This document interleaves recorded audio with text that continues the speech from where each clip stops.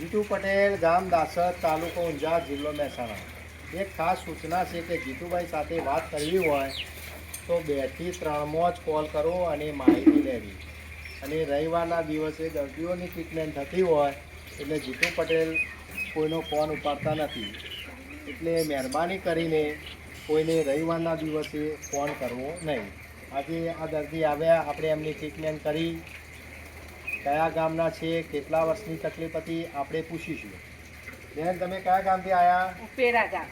બરોબર. તમારું આખું નામ શું છે? ભાનુબેન દિલીપભાઈ પટેલ. બરોબર. તમારા પગની અંદર કેટલા વર્ષથી તકલીફ હતી? 5 વર્ષથી.